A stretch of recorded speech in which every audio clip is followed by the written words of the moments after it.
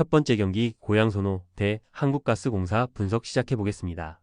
소노는 토요일 홈 경기에서 정관장에 분패했다. 부상 여파에도 출전을 강행한 DJ 번즈가 27점을 기록하며 앨런 윌리엄스의 공백을 메웠고 캔바우가 26점으로 뒤를 지원했는데 국내 선수들의 활약이 아쉬웠다. 이정현이 직전 경기 야투 난조를 만회하며 13점을 기록했지만 이재도와 임동섭 등 베테랑들의 야투 난조가 아쉬웠다. 안정적으로 승수를 정립하기 위해서는 국내 선수들이 경기력을 끌어올려야 한다. 가스공사는 정관장 상대로 나선 월요일 경기에서 패했다.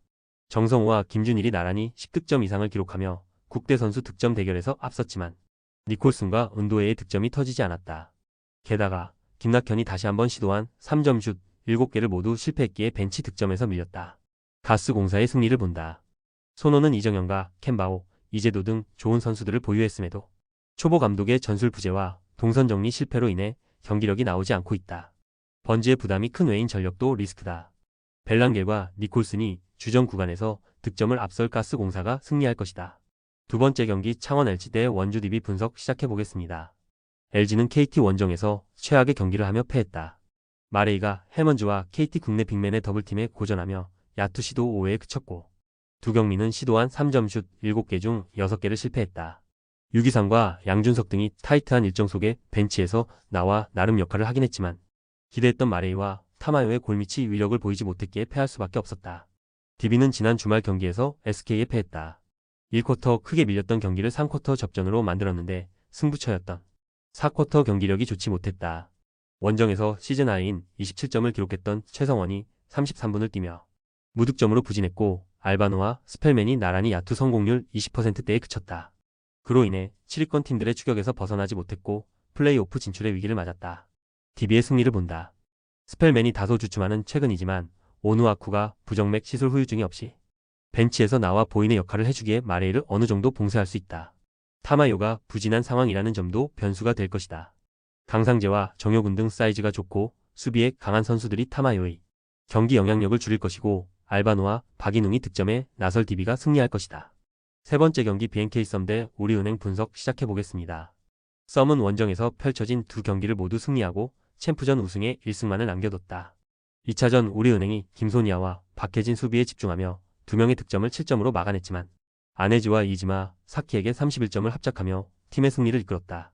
챔프전에 들어와 7인도 아닌 6인 로테이션급 경기를 하고 있는데 강력한 주전 선수들이 시리즈를 지배하고 있다. 우리은행은 홈에서 펼쳐진 두 경기를 모두 패하며 패배의 앞에 섰다. 1차전 15점의 리드를 지키지 못한 데다 2차전에서는 종료 2분 전 2점 차로 다가갔는데 사키와 이소희의 야투를 저지하지 못했다.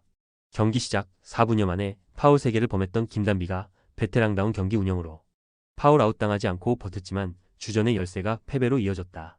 썸의 승리를 본다. 우리은행은 김단비가 언제든 20점 이상을 올리며 공수의 중심을 잡아줄 수 있다. 그러나 플레이오프에서 잘해줬던 심성영과 박혜미의 야투가 터지지 않는 데다 이명관이 수비 부담으로 인해 공격에서의 적극성이 사라졌다. 김소니아와 박혜진이 김단비 방어에 신경 쓸 것이고 이소희와 사키가 득점을 주도할 썸이 승리하고 우승컵을 들어올릴 것이다. 네 번째 경기 현대캐피탈 대 OK금융그룹 분석 시작해보겠습니다. 현캐는 지난 주말 원정 경기에서 한전을 완파했다. 블로킹 득점 8대3, 서브 득점 9대1로 상대에 앞섰고 공격 성공률은 60% 가까이 나왔다.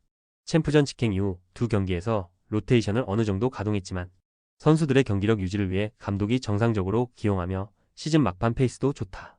OK는 지난 주말 홈 경기에서 삼성화재에 패했다.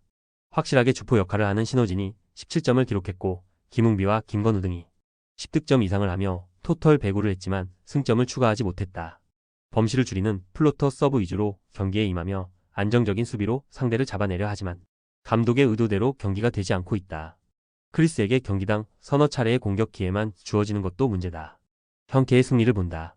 이 경기 후 캡틴이자 팀의 레전드인 문성민의 은퇴식이 준비되어 있기에 형을 위하는 동생들의 의지가 확실할 것이다. 또 챔프전 이전 마지막 일정이기에 패배로 시즌을 마무리하지 않으려 할 것이다. 허수봉과 레오가 OK 수비 코트를 폭격할 현캐가 승리하고 정규리그를 마무리할 것이다. 다섯 번째 경기 GS칼텍스 대 흥국생명 분석 시작해보겠습니다. GS는 기업은행 원정을 승리하며 최하위를 벗어났다. 시즌 내내 부상자 이슈가 있었고 중앙의 부진으로 인해 최하위에 머물러 있었는데 막판 유종의 미를 노리고 있다. 기업은행 상대로 46점을 폭발한 지젤실바가 빅토리아와의 에이스 대결을 압도했고 뚜이가 블로킹 4점으로 역할을 해냈다. 흥국생명은 도로공사 상대로 나선 시즌 마지막 정규리그 홈경기에서 승리했다. 팬들 앞에서 선발 출전하며 경기에 나선 김연경이 오랜만에 출전한 경기에서도 공격 성공률 50%를 넘기며 19점을 기록했고 피치가 이동 공격으로 상대 수비를 폭격하며 63%의 성공률을 기록했다. 정관장과 현대건설이 주축 외인 선수의 부상 이탈로 고전하는 것과 달리 완벽한 전력으로 이제 챔프전을 준비할 것으로 보인다. 단, 홈에서 팬들에게 승리를 안겼기에 원정에서는 다시 로테이션을 돌릴 수 있다. GS의 승리를 본다. 흥국이 홈이었다면 마지막 경기에서 전력을 다할 수도 있다. 그러나 자칫 부상자라도 나오면 시즌 농사를 망칠 수도 있기에 굳이 원정에서 전력을 다하지 않을 것이다. 홈 최종전에서 실바가 순위를 지키기 위해 최선을 다할 GS가 정규리그 우승팀 상대로 좋은 경기를 할 것이다. 조합은 아래 고정 댓글 링크로 편하게 말 걸어주시면 조건 없으며 스포츠를 좋아하시는 분들이라면 모두 환영합니다. 스포츠 당첨 어렵지만 그건 어떻게 하냐의 차이입니다. 두 눈으로 어떤 차이인지 직접 확인하시고 우리 모두 같이 승리합시다.